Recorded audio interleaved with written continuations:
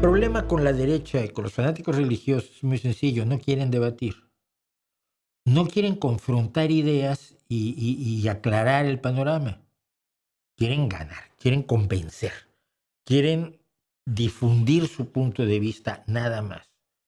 Y entonces es absurdo, ¿no? Es como pelear con alguien que no sigue las reglas.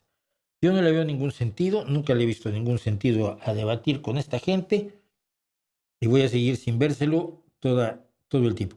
Cuando a veces me han invitado a ciertos debates, he ido a debates de verdad y no han salido bien las cosas. Cuando me invitaron a los martes filosóficos de Madrid, acabó la cosa bastante mal. Un par de señores estaban enojadísimos conmigo y otro además era de los podemeros originales y yo ya era crítico de Podemos. Entonces fuimos a tomar una cerveza al terminar la discusión de la ciencia con la filosofía en el martes filosófico de Madrid, las charlas filosóficas de los martes en Madrid. Fuimos a tomar una cerveza y por poco me estrellé una botella en la cabeza, pero estaba yo explicando quién era Pablo Iglesias y de dónde había salido el partido y lo que había hecho en los centros sociales, sociales ocupas, los CSO, y de dónde venía y lo que había hecho en Venezuela. Estaba furioso conmigo, furioso el tío.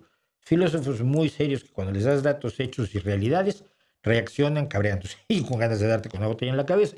Y yo francamente no, siendo que nunca puse la otra mejilla, tampoco ando por la vida buscando que me den un botellazo en la cabeza.